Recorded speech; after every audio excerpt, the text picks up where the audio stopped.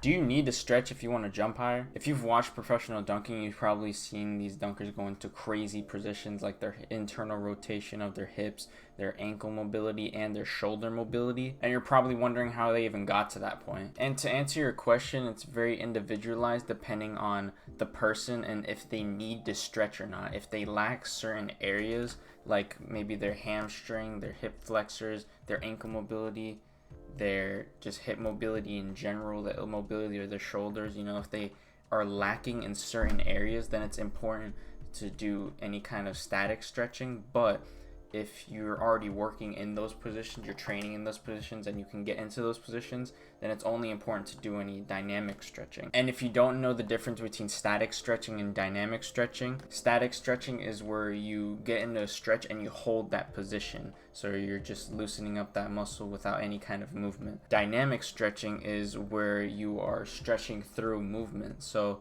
an example of this is like any kind of leg kicks. That one's a pretty common one. Stretching the muscles, but under some kind of movement to get that blood flow going, preparing you for any kind of physical activity. So the difference between those is that static stretching would actually decrease your performance before any kind of physical activity, because you're holding a stretch for a while, and when you do that, you're not priming your muscles, you're really relaxing your muscles. So when you do that before any kind of physical activity, it would decrease your performance. That's why dynamic stretching is a lot better, because you're still trying to get in those range of motions, preparing your muscles for that physical activity, because you're getting blood flow to those muscles while you're stretching them at the same time. But depending on what kind of athlete you are, in specific right now we're talking about jumping athletes, specifically dunkers, if they have too much flexibility in certain areas, then that would actually decrease performance and maybe even cause injury in the future. When you have more flexibility than you need,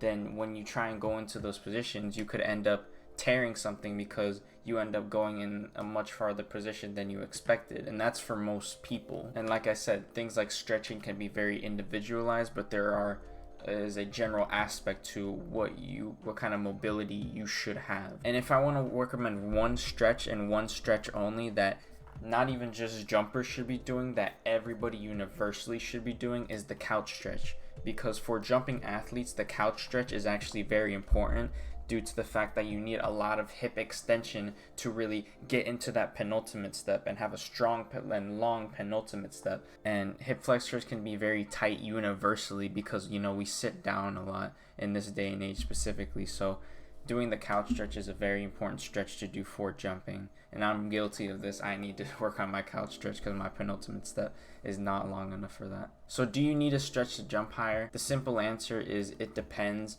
If you lack certain mobility in certain areas, then it is good to do your static stretching, so then you can get into those areas when you're training. But if you already train and you can get into those range of motions while you're training, then it is only really important to do any kind of dynamic stretching before you do any kind of physical activity to prime your muscles for that activity.